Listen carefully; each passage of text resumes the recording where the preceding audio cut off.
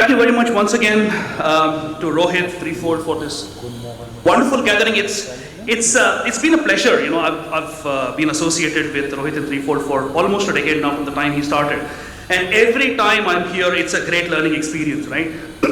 Interacting with fellow panelists, with the audience, it's always something new that you take home with. And I'm guessing this time it's going to be nothing different, right? I'm here today with a very, very illustrious panel members and list of panelists here who bring with them a whole variety of experience, you know, from the industry perspective, from the regulatory perspective, from the academia perspective as well. So the idea is today to keep it very, very interactive, very informal, and just to bounce ideas off each other, right? And obviously in the end, you know, I have the timer in front of me. I just want to make sure I'm going to stick to the time given to us. I am going to open it up for question and answer session towards the end. Please feel free to share your thoughts, your ideas, your questions, and direct it to any one or more of the panelists here. So with that context setting, I just want to begin, let's say, you know,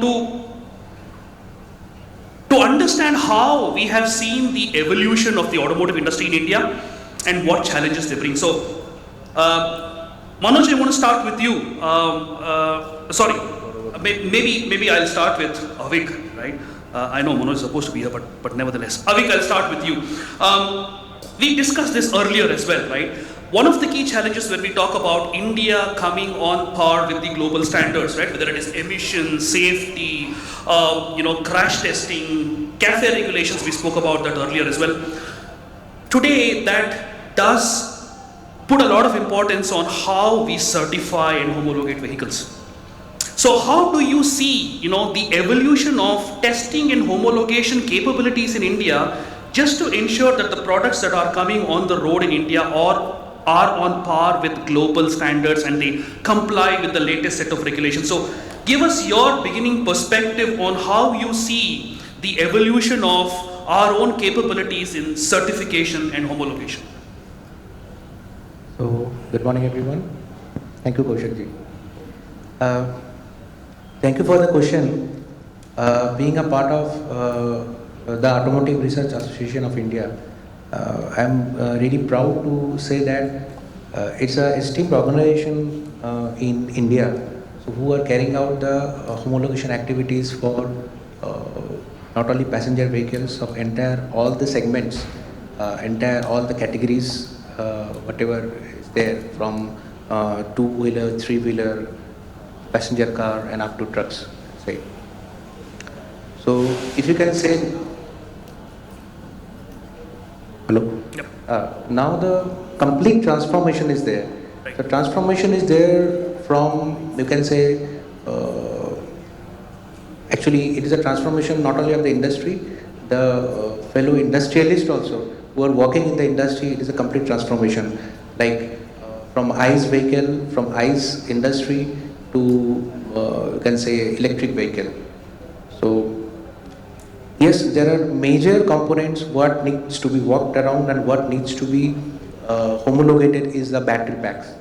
Battery packs play a very important role here, on which as a ARA we had to really work around, because the testing infrastructure required and the you can say the regulation was very stringent. So we really had to work around, and ARA ensures whatever homologation, whatever testing we do, whether it is on vehicle, whether it is on component level like battery, or on the traction motor or any other component, it is up to the mark as per the regulation, we can say AIS, Indian Automotive Standards. And this is not only Indian standard, this standard is taken from the world standards. So whatever European standards are available, we are completely complying to those standards also. Now I can say, as a ARA, we are homologated n number of vehicles from the industry and from European counterparts, I'll not take the name. It's not good to take the name, any specific name, but Europe, from China. I personally had been to those places, and yes, we are much advanced nowadays. India is not behind, India is ahead. So thank you very much. Excellent points there, Avik. So, Achyut, I want to come to you. You know, Avik spoke about transformation and compliance with global standards, right? And that is where I want to hear your perspectives. You know, you're responsible for structures within Stellantis Group, right? And one of the key areas of discussion today in the global automotive industry is the emergence of multi-energy platforms, right? Again, continuation on what Avik spoke about, compliance and transformation. So today we are talking about OEMs developing platforms, common platforms that can handle petrol, diesel, LNG, CNG, hybrids, electric powertrain as well. So does that put a lot of stress on, let's say, chassis engineering or body engineering? How do you see this evolving as we move towards multi-energy platforms and being able to cater to diverse customer segments? Thank you, Kaushikji, for asking this question. Well, there are two parts you asked. One about multi-energy, how auto OEM are accommodating it into at a design stage to accommodate entire powertrain, because they are different as we go different energies. So I will start with what we done in recent past in Stellantis. You might be knowing C3 and EC3. So within 6 months they launched the electric version. Right. Why? Because at the design stage itself we have to put those all envelopes. As soon as the project is approved and a design perspective, we any OEM maybe, but I can talk about Stellantis. We reserve those areas and we design, though it is costly affair, because we have to switch, or we also should have an EV version of the same vehicle, and this will help us to reduce the time to market or GTM strategy that way. So yes, it is difficult, but having said that, when we reserve or design a platform of the vehicle to accommodate both ICE and the EV version, or for the matter sometimes hybrid, that we have to think about the lightweighting, because when you go to the EV, mostly the weight of the powertrain increases, and to compensate for that, we all know there is a range anxiety. What happens if something fails in between? So to ensure the longevity of our battery range, lightweighting materials, various advanced materials through advanced processes, even in the battery pack we have to go for aluminum, and then again it goes for various IP67 something to pass. So lot of lightweighting is required, and that is taken care at the design itself. And Stellantis globally has that all know-how. That is why we could do this EC3, and it was the first company to export the electric vehicle from India. Right. Yeah. I hope I answered the question. Perfect, perfect. So you spoke about some very interesting points there, Achyut, you know, especially on lightweighting and, you know, advanced materials, right? I want to come to you, Mr. Srivastava, you know, on the next point. I'm sure everybody recognizes Mr. Srivastava. You know, he was one of the pioneers, you know, on the automotive side of things at Niti Aayog, and now he's part of IIT Kanpur as a visiting professor of practice. Mr. Srivastava, just to continue on what Achyut said, right? One of the key areas that we see from an academia industry collaboration is the investments in new technologies and new solutions. Lightweighting, advanced material is one of them, right? We have seen a lot of success stories. You know, I think one of the best examples is, let's say, IIT Madras or IIT Delhi or IIT Kanpur, where there are incubation labs within the institutes to promote new technologies, research on new technologies. So how do you see, sir, this collaboration evolving as we see more and more? I think in one of the previous panels as well, you spoke about software, right? Software, you know, driven vehicles, or SDVs as we call them. How do you see the industry academia collaboration evolving to be able to make talent that is ready for the industry going forward, rather than looking at traditional ways of understanding technologies? What is your thought there? Good afternoon, everybody. It's a pleasure to be around with the industry and seeing as to what's happening. And it's very encouraging to see the dreams coming true over a few years of time when we started the narrative about the electrification of vehicles and transforming our mobility. Well, coming to the point what Mr. Madhavan is saying, now that I have spent about 2 years at IIT Kanpur, being on the other side of the table, I'm of course an alumni of that institute, that's my alma mater, but now I'm a visiting professor there and teaching a course or something, interacting with the students, faculty, incubation center and everything. I feel, earlier I used to feel that not many proposals or not many people are coming forward, or the students are not coming forward with their entrepreneurship ideas. But now, after seeing all that, I feel that it's a question of the attitudes. I would say that the industry has to have the confidence in the budding entrepreneurs or the people or the students who are coming forward with their proposals. I also feel that once it is endorsed or once it is encouraged appropriately, then the money or the financing does not become that major issue, but there is something which is in between, like starting from the maybe bootstrap to moving over to some angel investor or maybe a little beyond that. That stage is the most critical for the startups which are coming forward. And there are lot many students and lot many thinking now that going for the entrepreneurship and starting something, and particularly all those cutting edge technologies which are now coming up, whether it is the most latest thing being thought about or being spoken about is the artificial intelligence, but then the renewable energy, the changing the energy mix, electric vehicles and the technologies related with the advanced cell chemistries. So a lot of students, a lot of entrepreneurs are coming forward with that. A lot of encouragement is there with the IITs which have very effective incubation centers. There is tremendous support or the encouragement from the government agencies also. What we thought, there is a lot of support from the top level leadership also, right from the I would say from the Prime Minister's office downwards. So the environment is very, very extremely conducive for the promotion of the new ideas and their promotion. So this is very encouraging to see, but one thing which I find a little bit behind or lacking is the confidence of the industry and for taking it forward. And also our bureaucracy or the policies have also probably to handhold the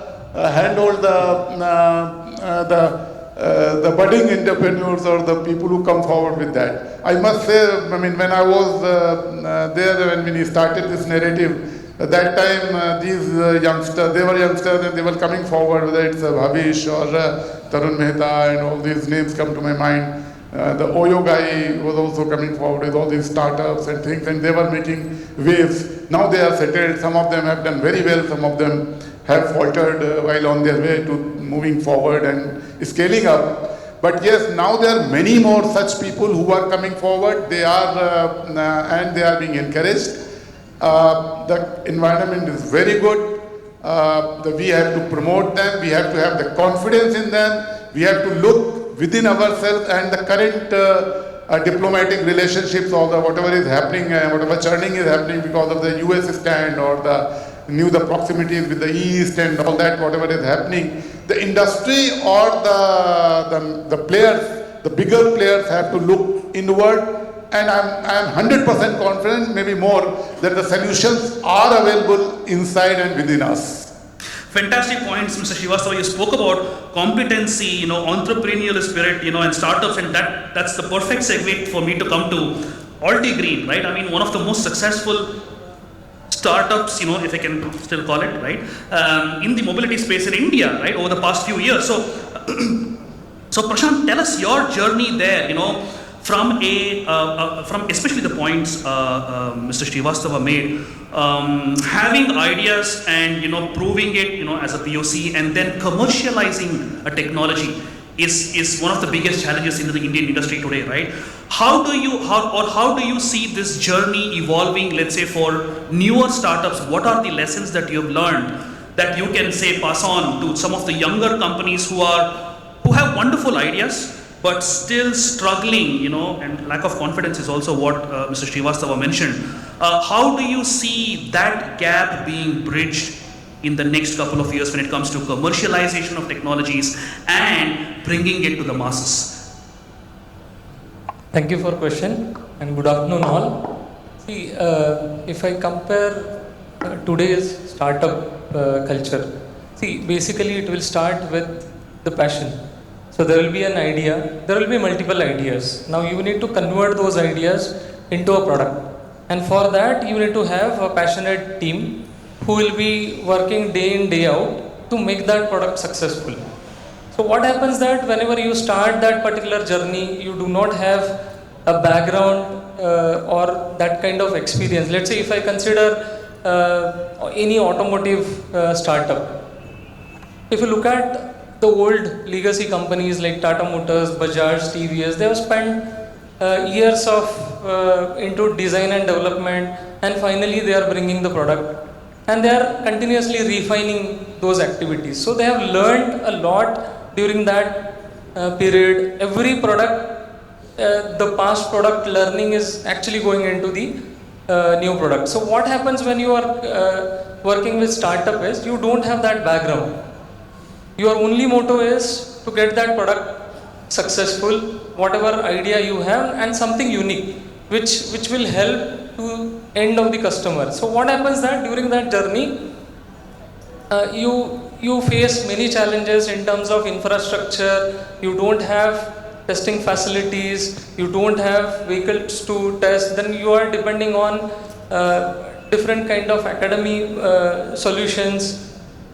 And it's like an continuous trial based journey where you are every stage you are actually refining the product. So what happens that now when your product is there, what things you need to clear is, see, when I should be focusing on single product.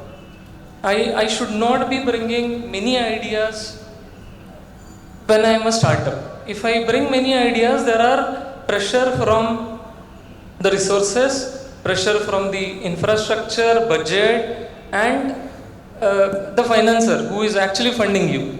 So there will be pressure from that side. So what I need to do is, there should be a focus and try to make your product so refined that there will be minimum problems when it is actually going into the customer. And see, what happens that during that journey, you will face many problems, you will get many issues, and when you try to do root cause analysis of that, finally you will come to know that yes, there are few issues, things which you have already missed, you just refine that product. So this is how the things should be. The focus is one of the most important thing for the startups. And just try your product so that you can bring that final product which is very good for the end user. So that is what the main thing is. Excellent points there, Prashant. You spoke about focus on a product, right? And that is exactly where the approach from a legacy versus a new age OEM differs. I'm going to talk about that in the next round of discussion as well. But I want to bring Santosh you in now. So continuing on what Prashant mentioned, right? So you are now a global supplier that works with legacy OEMs, with new age OEMs, with Chinese, European, you name it, right? How do you see the approach towards design, product development and testing from a material perspective, right? You make adhesives, Loctite is probably one of the most recognized brands in the world, and you've got Terrazon, and we saw some wonderful videos there today as well earlier. So how do you see, from a materials perspective, the approach towards product development, solution development by different kinds of OEMs, and how do you make yourselves agile to be able to cater to these diverse requirements? Thank you very much. I think, a very important question, I must say. So actually we make a perfect panel here because I could see gentlemen from IIT where the technology has been teach. We have a person from where designing starts. So we have some good perspective from that, and then we have the big entrepreneur. So my take on this approach would be we always, as Henkel believes in innovation, we always have believed that what we can bring more sustainable, and we always have an open approach with OEMs like Mahindra, Tata Motors. We work closely with Maruti, Suzuki also, wherein we are proud to say that we are the design or sign-off partner in many OEMs. So it really means a lot to us because whenever any OEM or designer team starts working on any design, so Henkel is integral part of their team, and so we try to give our inputs, whether it's a powertrain, whether it's be engine or be it EV. EV nowadays we are very closely working with all OEMs, wherein we are trying to bring the lightweight solutions by which can add not only to the structural rigidity of a battery pack, but we are trying in a way to achieve the circularity for battery repairs. So we are taking very holistic view, not only from plant side or manufacturing side, design side, but on how it will be repaired or recirculated from field perspective. So we are giving that open holistic view with all OEMs. That's how we approach. Perfect. Santosh, I think one of the points you made today is circularity, right? Today every OEM has sustainability targets. Forget OEMs, everybody in the automotive industry has sustainability targets, whether it is 20, 35, 40, 50, whatever it is. So everybody is working towards that. So I'm going to come back to that point again. So now I want to continue on that. Achyut, I'll come to you. 2 points that I want your thoughts on. One is legacy versus new age OEMs that we spoke about, right? So you've got a new age OEM here, Green, you've got a legacy OEM. How do you see the approach towards a product development or a solution development differing from a legacy versus new age OEM? Do you feel that having decades of experience is an advantage for you? Or do you feel the new age OEMs having no baggage, having agility as an advantage for them, right? How do you see product and solution development? Today we're talking about electrification, right? That's the topic of the discussion. So from an EV development perspective, how do you see this entire debate on legacy versus new age OEMs? Well, that is a really good question. See, having a legacy definitely has a know-how, knowledge, and a accumulation of many failures in the past. So that is a wealth legacy companies would have. Whereas as one advantage with a startup would be like thinking out of the box. Yeah. Because many a times the creativity will give a solution to some problem which a traditional thought process may not solve. So that way there is advantage. However, since everything works on business, so the chance of failure would be less, and the turnaround time to fix the failure would be very good when we have a legacy, because we have experienced lessons learned in the past. So that way on electrification, some experiments must have been done in one region, another region, and different environmental conditions, the different failure types and the retrofits on that. All that know-how is always available, readily available in this technology world to fix the problem. Whereas maybe it would take more time if they don't have access to for a startup in EV especially. That's an interesting point you make. Avit, just to continue on that, do you see the approach from a legacy OEM versus a new age OEM towards, let's say, compliance, testing, homologation and regulation changing? I mean, do you see that, when you are being approached by multiple companies, you see there's a clear difference in approach, and how would you recommend or how would you give feedback to a new age OEM or to a young entrepreneur who is coming up with new ideas? So from experience, how do you see these approaches changing? Thank you very much. Yes, it's a complex question actually. Why complex? Because approaches are different. Right.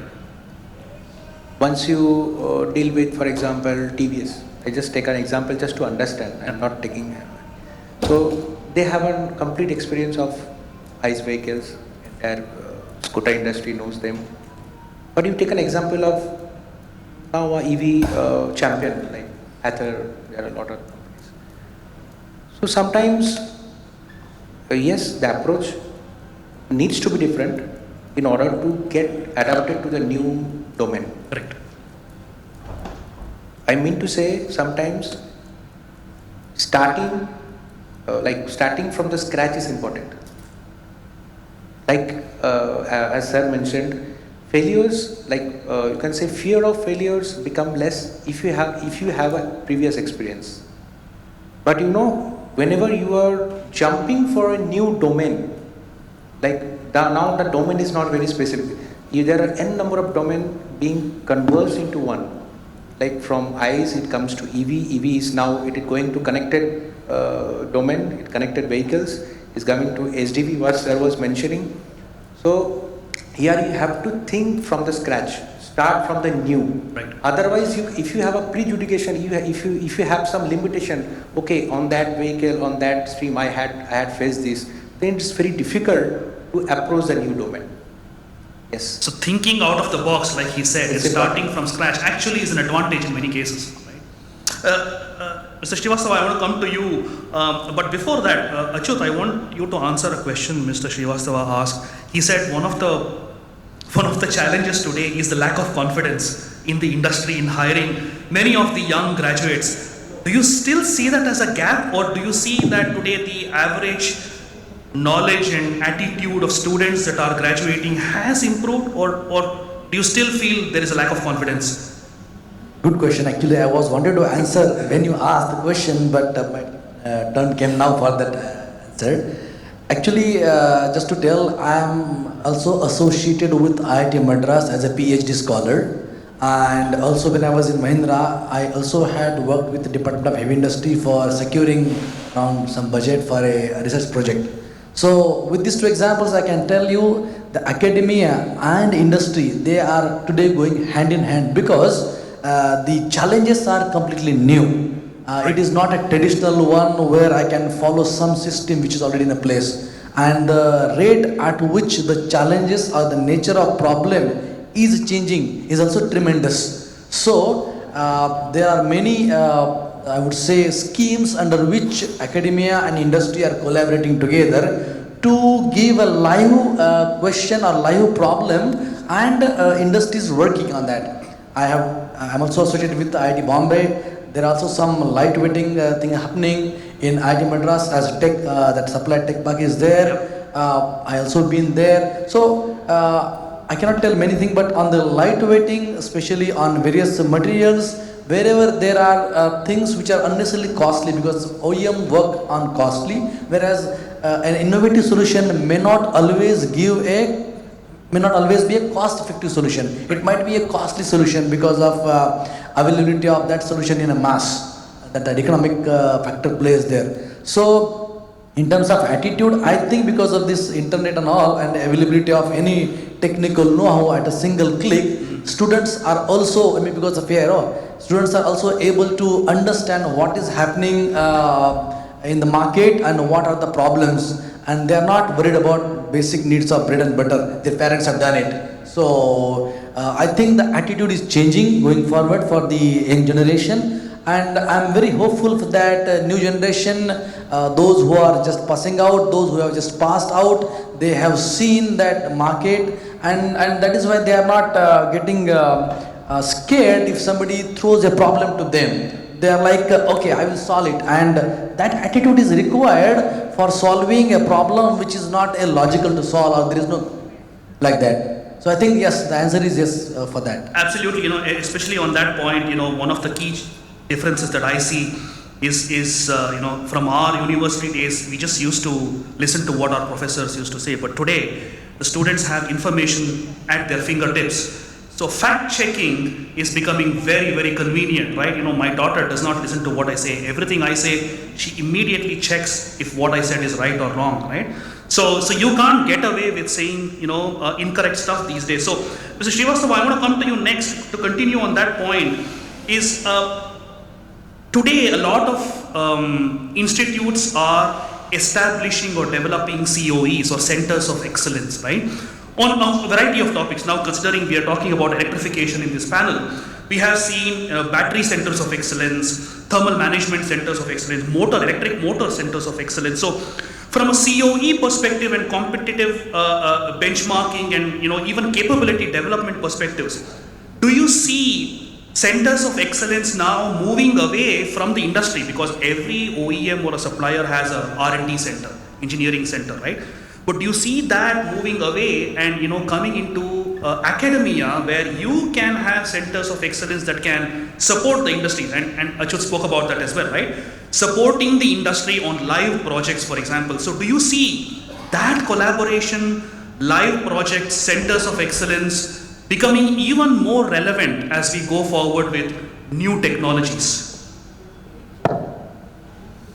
Centers of excellence are inevitable.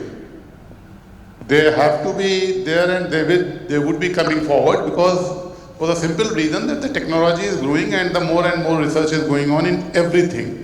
Now the flow of information, the research and the learning process, the learning curve, and everything is playing its role in the entire ecosystem for the centers of excellence. Now these centers of excellence should rather be complementing the research centers or the labs which are being set up by the industry. But one fact we cannot ignore, and we have to accept that our investment in the R&D by the industry is minuscule compared to now that the countries with whom we are now aspiring to compete, compared to them, our investments by the industry in the R&D is minuscule. We cannot ignore this fact, that we have to work on it. We have to realize it, then how to overcome it. The centers of excellence which are being set up in various academic institutions, for example, my own institute, we have had a Center for Energy Policy and Environmental Sciences that is set up by another entrepreneur from US, another alumni. He funded that center. Then recently the Kotak School for Environment Studies Sustainability has been set up. Kotak School for Sustainability has been set up in IIT Kanpur. So these kind of centers are bound to come up, and there are multiple centers. There is another center which goes in for the grid stabilization and the grid research and the energy transition. So all these things keep happening. But one thing which I have observed is that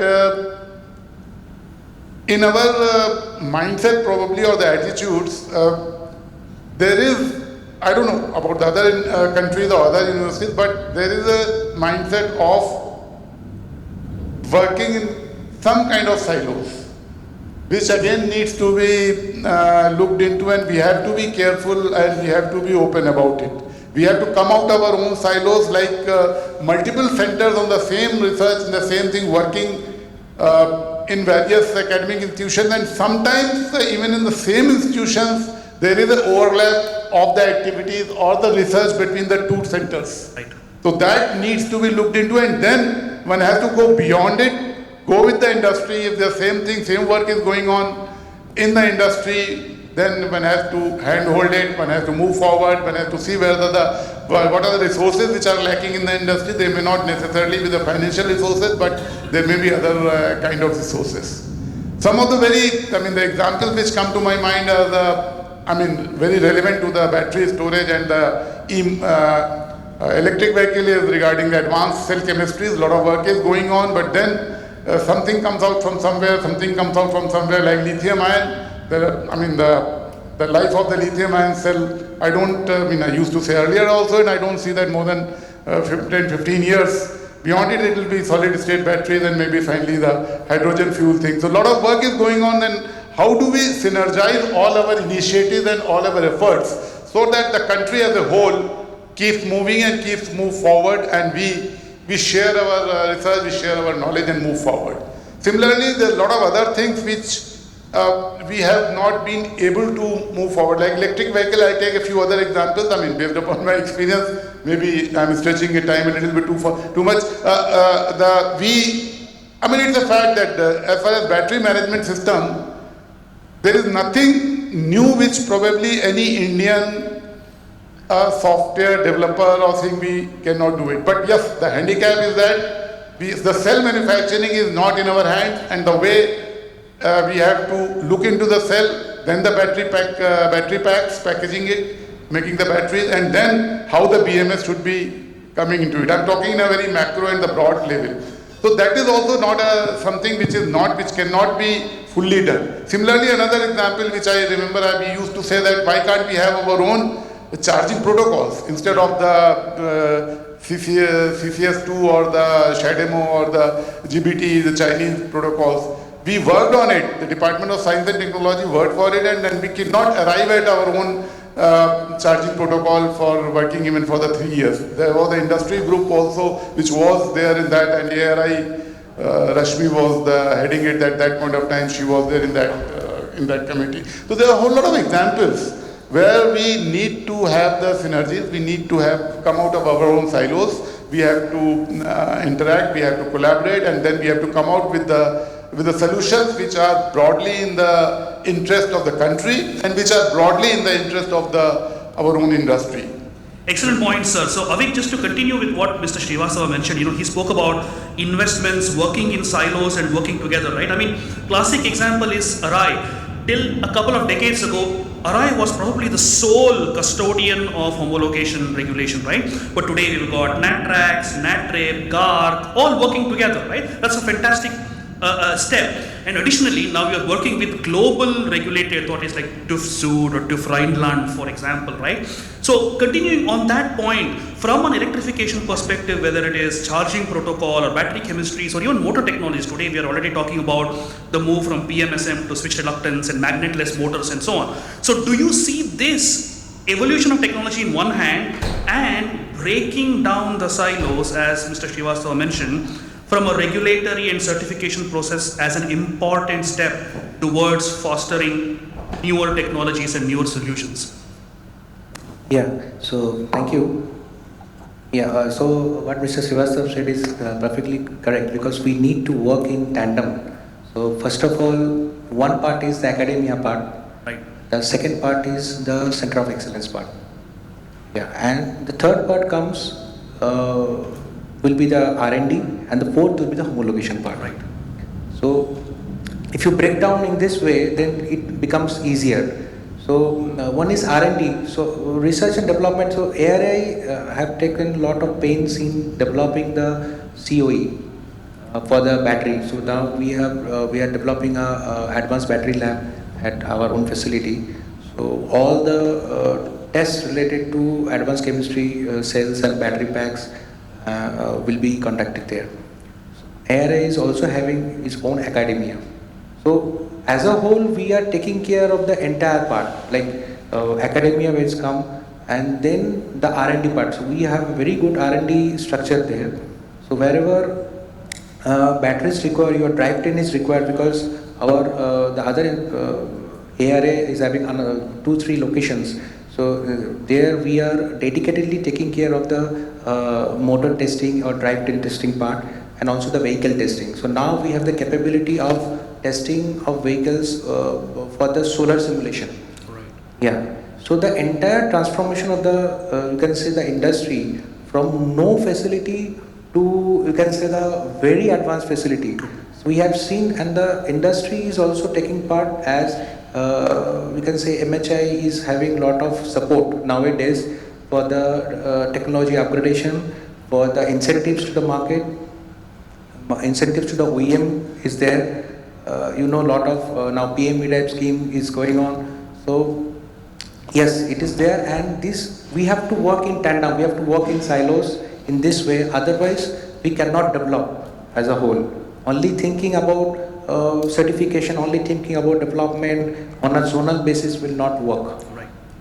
So Santosh, continuing on the working in tandem part with which Avik mentioned, right? You know, you come from a materials perspective. I think we spoke about in the previous panel as well, where there was talk about, you know, oils and so on, right? You know, oil change intervals, how with electrification and hybridization, there could be a huge impact on, let's say, oil change, oil consumption. But the common perception is that, oh, with electric vehicles, there won't be any oil change. But many people still don't understand that it opens up opportunities for EV fluids, right? And that is where, you know, you play an important role from a thermal management perspective or a motor management perspective, from an energy management perspective. Fluids play a big role, and that includes adhesives, you know, EV fluids specifically for cell cooling and so on. So tell us where you see opportunities from a thermal management or a fluid management perspective when you talk about new age electric vehicles. Thank you. It's a big topic, and I believe I just talked about battery circularity, and when we say we are at very nascent stage of EV adoption, but we are going there. So I believe when we design a battery, so a lot of factors comes into picture which is kind of known unknowns, unknown and unknowns kind of thing. So at Henkel, what we have done, we are actually we discuss with the OEMs to understand design. We work with many Chinese battery manufacturers. We have R&D in China also. So so far what information we have gathered from our innovation or R&D is a battery needs to be perfectly sealed for sure. So it's not something maybe the oil change, perhaps the simpler way, simple than the changing a battery or repairing a battery. So making it IP67 is going to be the biggest task for all OEMs rather. That's so making it IP67, when you open up with the battery, you can see a lot of gap fillers, thermal gap fillers, which acts as heat management. So heat management is very important when it comes to a lot of electronics component. So somebody already talked about the battery life. So I think this is the way with fluid management we can improvise battery life also. So with these thermal gap fillers, we have innovated very nice solution. We are working with OEMs, and I really would appreciate if OEMs can really listen to it and support on that. Is debonding on demand. So this is called debonding on demand solution. So what usually happens is at design stage we propose the glue. So the engineering teams does the testing and they approve that particular glue. But we have gone one step ahead. What we have noticed in case of battery repair, the debonding is a big challenge. Or rather, it would be a big challenge, coming in the future. So we have developed a kind of fluids or thermal gap fillers, which wherein there is an inbuilt debonding activation solution inbuilt in that. So you imagine a situation wherein the battery, the battery pack has opened, and but the mechanic is not able to remove the module. Okay. So I have seen, at some point of time in some of the dealerships, wherein it takes a lot of time and effort to remove the module. So based on those feedbacks, so we have already developed this debonding on demand. Is nothing but whenever mechanic wants to open the module, he can just there will be some trigger point wherein he has to or she has to apply some high voltage input, and the module will be released. So the point is the adhesives, glues will play a very important role, not only from thermal management perspective, but how we can get that typical circularity and bring the repair, replace, reuse kind of thing for field. So that's what. Prashant, just to continue on that, one of the key challenges today in the electrification space is the lack of, let's say, I wouldn't use the word lack, but there's a gap in, let's say, competency and understanding of the technologies on the aftermarket side, right? So when he talk about, he spoke about garages, mechanics, spares, maintenance, and so on.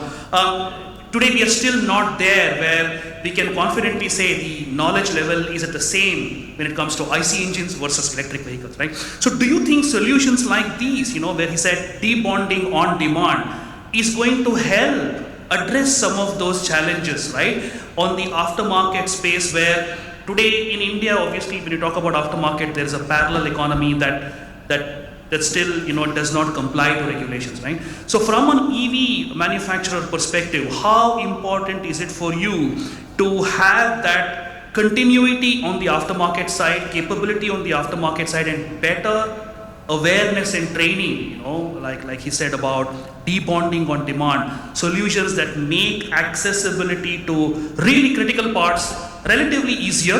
So how do you see the aftermarket catching up with technologies and to be able to have a tried and tested solution which is still integral? So this is one of the most critical part of the complete ecosystem. How do I take care of aftermarket service? So this is one of the most critical. See, as a OEM, it's very easy to design and develop vehicle to get the homologation. I'll start selling it, but at the end of the day, how do I service a vehicle which is 800, 900 kilometers away from my dealership?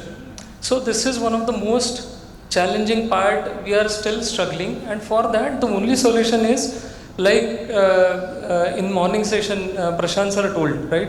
I cannot every time go to the hospital. I will have my family doctor.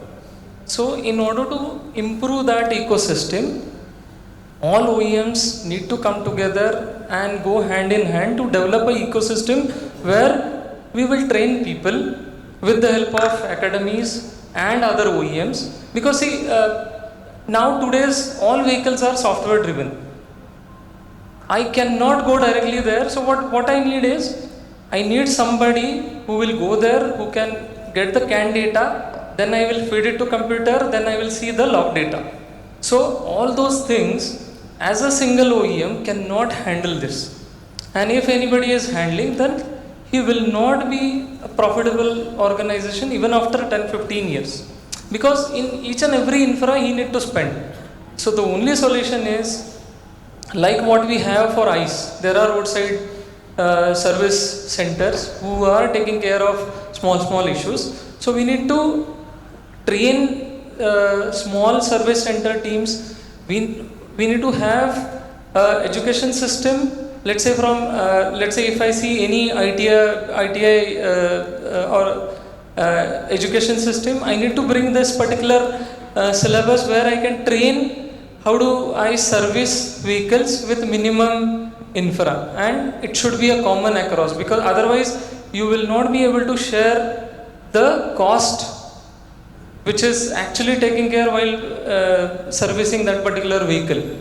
So like even if I consider a battery, if there is an anxiety that after 4-5 years I need to change the battery. So right now that is the case, but in future there will be a time when already there are people who are actually servicing the batteries at cell level. Let's say there is an imbalance in cells. I'm just simply removing that cell, I'm replacing and I'm just giving it to customer. Now none of the dealer has to carry that much of high cost inventory at his place. He can simply get that service guy, he will open the battery, he will replace the cell, that's it. So this is how the adoption will also improve, and the overall ecosystem will be more efficient in terms of cost as well as in terms of manpower as well. So this is one of the most critical area where all OEMs should come together and think of a solution. How do we can service every vehicle? So that's a great point you make. I mean, today it has been. Can I just? Yes, go ahead. I will take 1 minute because I think I would like to add more. So we talked about COE, we talk about training. So this is where exactly Henkel is coming up, and very soon we'll be having our own battery repair center in Pune. So maybe it is a matter of 1 year, 1.5 year. So wherein we'll be inviting OEMs, will be inviting technicians, wherein we intend to give the live training on battery repairs. So all the technologies, all the glues, adhesives which will be a part of battery design can be done hands-on. So this is something we already have started working on it. We do have a small learning center in Pune already, wherein Rohit he leads that training. So as he mentioned in the morning, ILRT is the new talk of the town, wherein we intend to connect with all the remote mechanics, be he or she is sitting 1,000 kilometers apart. So we intend to give live training from our academy. And Henkel, we have invested in this kind of skill upliftment, and we'll keep on doing so. And batteries, the new. Definitely good news. I think every EV manufacturer should be very happy to hear that. Achut, you wanted to add something as well? I just want to respond to your question and Yeah, one of them. Okay, I think I'm putting in a holistic way of till today the education system was basic physics. Like roadside mechanics on ice, they can easily understand nut bolt, etc. When we talk about after sales services, when there is electronic involved. I hope many of you know our parents, and in the education system today we have got programming language. Going forward, some Arduino control board also is coming in. So I think that pace at which the formal education should include such things is a need of the time, and I think Professor also will echo this, because that is a need of time here. So by that, because if you look at some robotic technology activity happening, if you look at China and Japan, they have a robo war at child level, they have competition. Whereas in India, that is yet to penetrate on the training part of it. So when the education ecosystem also know, like then my roadside mechanic also would know how to read the data from CAN system, what exactly happens on the electronics, and something called as a mechatronics is nothing but a buzzword, but it is a truth, and it will, I think, help to solve many after sales problems. Exactly. I think today, from the IC engine world, a lot of suppliers like Bosch and Schaeffler, they have addressed the challenge to a great extent in form of, you mentioned that very, very succinctly, which is essentially interoperability, interchangeable parts, to be able to have standardized parts. But today that's happening in the IC industry, and I'm hopeful that will happen in the motors and battery cell space as well. I want to be conscious of time, but I want to open up the floor for question and answers. We've got a couple of minutes. So anything you want to ask to any of our panelists, please raise your hands, introduce yourself, and you may address it to one or more panelists. You've got a question there. If you can pass the microphone on, please.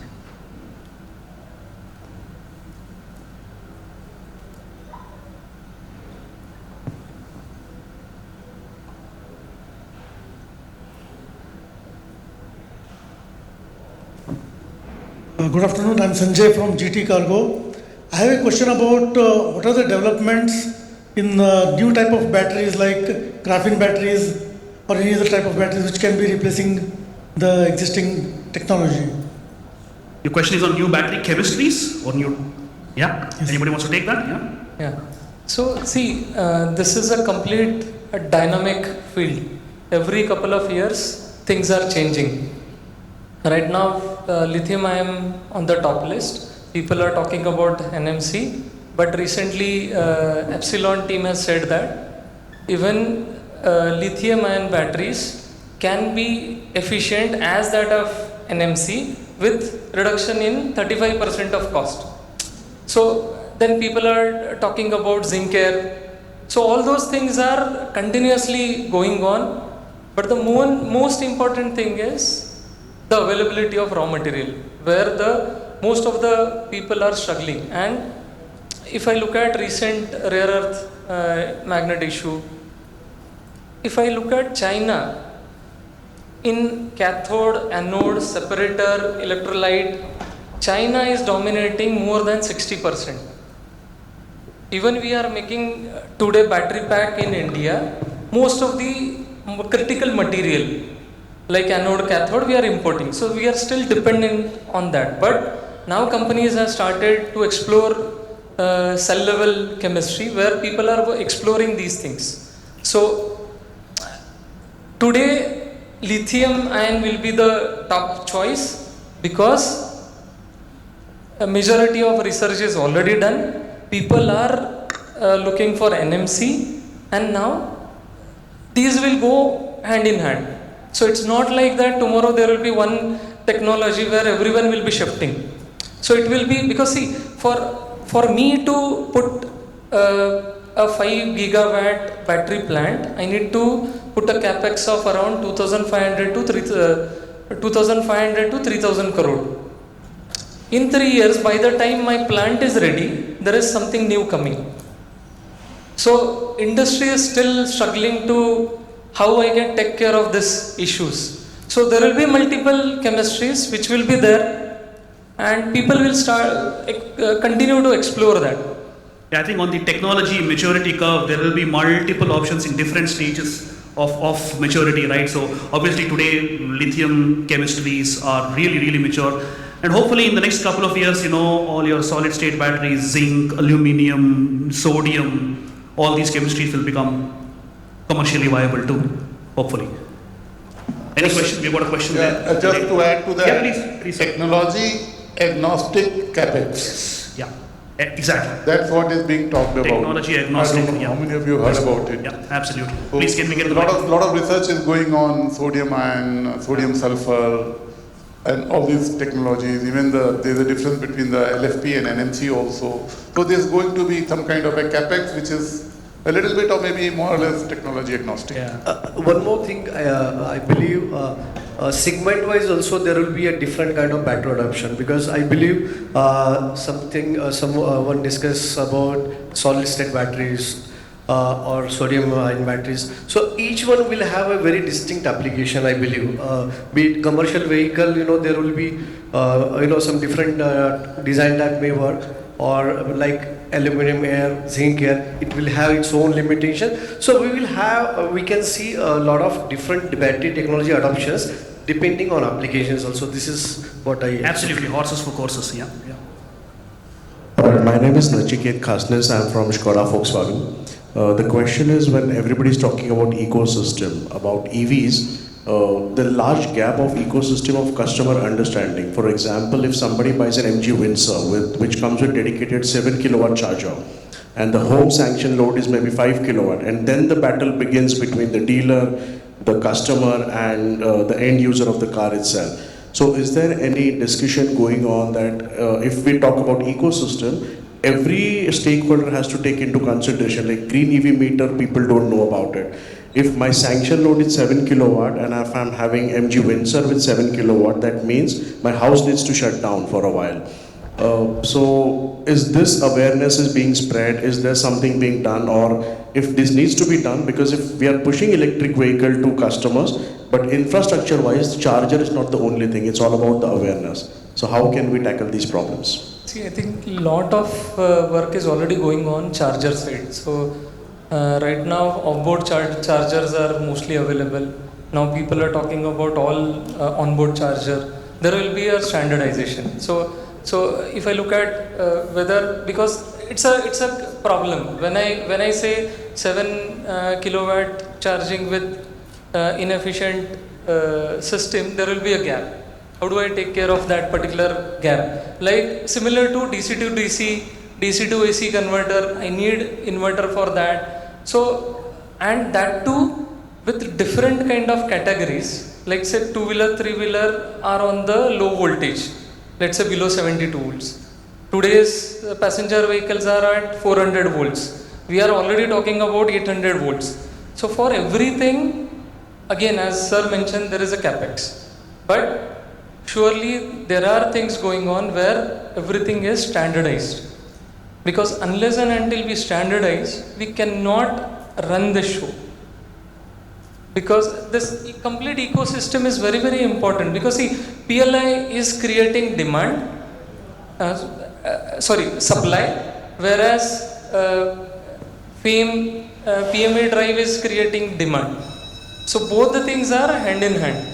So now every year there are reviews at regulatory bodies, and people are actually checking all the issues we are having right now with current ecosystem and how we can improve that. There are panel members who are continuously tracking these issues, and they are coming up with different kind of regulatory system every year. So surely these things will go where we will have standardization so that swappable battery option can be also worked out. Their only limitation is now non-standardized connector, non-standardized battery connections, all those things will go. Yeah. It I will think- take time. Exactly. I think but surely it will protocols. go. Yeah, protocol standardization is going to be one of the biggest Yes. enablers in the adoption of the EV. Excellent. So maybe one more question. There's the last, that lady has raised The lady, her hand yeah, very first. but she was the first one to mic raise her is- hand. So if you can get the microphone there, please.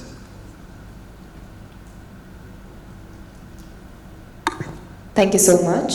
Good afternoon, everyone. It was an insightful panel discussion ranging from commercialization of new technology to collaboration between academia and industry. So, my question is specifically in terms of the comparison that we do between the India growth story and the China growth story. So, in 2018-19, the export of vehicles from India and China was similar. It was almost under 1 million unit, but after 2020, the export from China specifically leapfrogged Germany, US, Japan, everyone, and it is at now around 5 million units. And it is said that it's driven by ICE, but also your EV vehicles.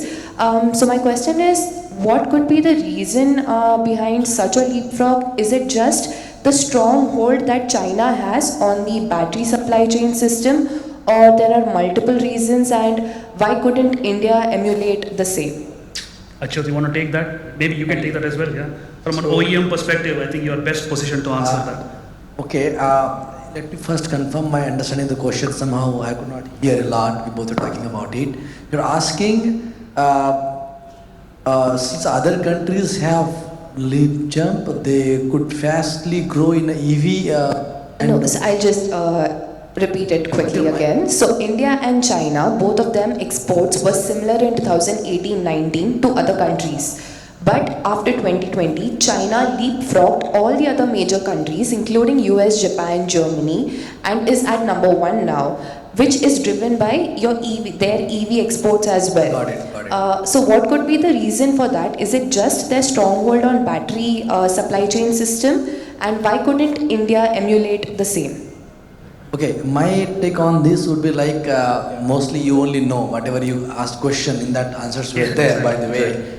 Yes, definitely the ecosystem, and as my friend mentioned about the raw material, okay, we don't have the fuel cells, the battery cells manufactured in India today, right? So definitely we are dependent on them, and they have the ecosystem developed long back, not today. It is not that 2019 they started long back. And if you just understand their colonization in terms of a factory, like if they are a battery cell manufacturer, there would be many battery cell manufactured in a single place. So the know-how, the rate at they fail and they learn is faster. So now they are ready with the manufacturing capacity. Whereas if you talk about in India, the countries like India, developing countries, where number one, we are dependent on all those electronic and these items on their country because the natural resources availability. Whereas if you talk about talent, definitely there is no challenge to Indian guys. Maybe that will help us to now go faster. So yeah, that is the reason, because of the basic availability of the raw materials. I Last would like point to here. add one more thing. See, what China has done is, if you look at our data, per organization, capex spending on R&D is less than 1%. Even if I consider for TCS, Infosys, it is close to 1 or 2%. Tata Motor, it is around 4%. For all pharma companies, it is around 8 to 10% of the total revenue.